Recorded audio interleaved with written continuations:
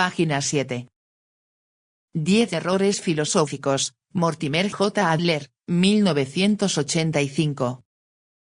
Primera parte. Capítulo 1.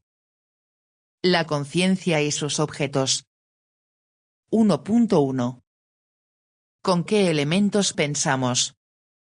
Comencemos con algo que todos entendemos y planteemos algunas preguntas al respecto.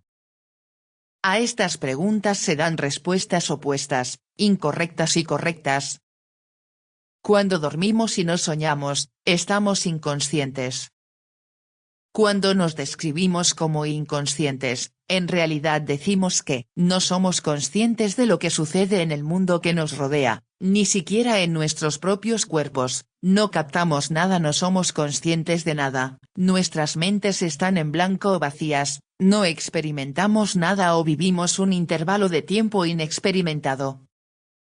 Afirmar que no somos conscientes de nada, o que no captamos nada, equivale a decir que no percibimos nada, no recordamos nada, no imaginamos nada, no pensamos en nada.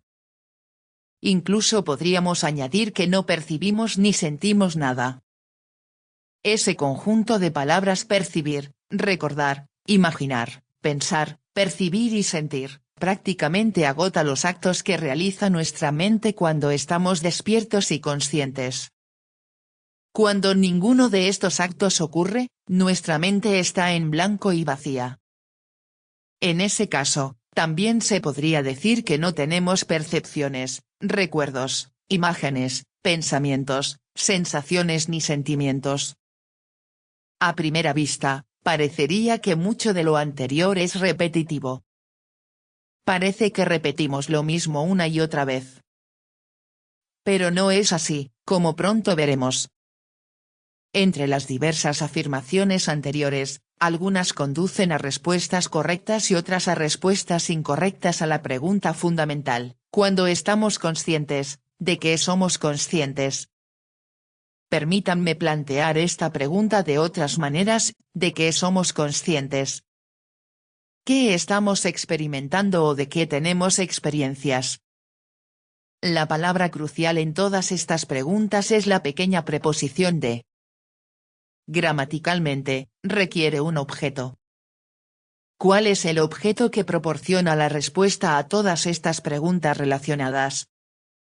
Una pregunta más, cuando estamos conscientes, y por lo tanto nuestras mentes no están en blanco ni vacías, ¿de qué se llenan? Se ha vuelto habitual hablar del flujo de conciencia o del flujo de pensamiento para describir lo que llena sucesivamente nuestra conciencia o conforma nuestra experiencia de momento a momento. ¿En qué consiste? En otras palabras, ¿cuál es el contenido cambiante de la conciencia?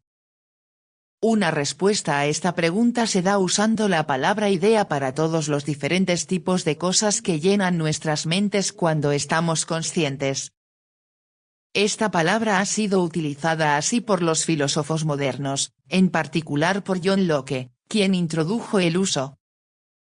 En la introducción a su ensayo sobre el entendimiento humano, explicó a sus lectores cómo pretendía usar la palabra idea, como sigue: antes de continuar con mis reflexiones sobre este tema, el entendimiento humano, debo pedir disculpas al lector por el uso frecuente de la palabra idea, que encontrará en el siguiente tratado. Siendo el término que, en mi opinión, mejor representa el objeto del entendimiento cuando un hombre piensa, lo he usado para expresar cualquier cosa en que la mente pueda emplearse al pensar. Supongo que se me concederá fácilmente que tales ideas existen en la mente humana, cada uno es consciente de ellas en sí mismo y las palabras y acciones de los hombres le convencerán de que existen en los demás. El uso que Locke hace de la palabra pensar es tan abarcativo como su uso de la palabra idea. Utiliza pensar para todos los actos de la mente, así como utiliza la palabra idea para todos los objetos de la mente cuando piensa, o para todos los contenidos de la conciencia cuando somos conscientes. Así utilizada, la palabra pensar se refiere a todas las actividades mentales que, al distinguirlas, se conocen con nombres como percibir, recordar, imaginar, concebir, juzgar, razonar, también percibir y sentir. De la misma manera, la palabra ideas, utilizada de forma omnicomprensiva, abarca una amplia variedad de elementos que también pueden distinguirse entre sí: percepciones, recuerdos, imágenes, pensamientos o conceptos, sensaciones y sentimientos.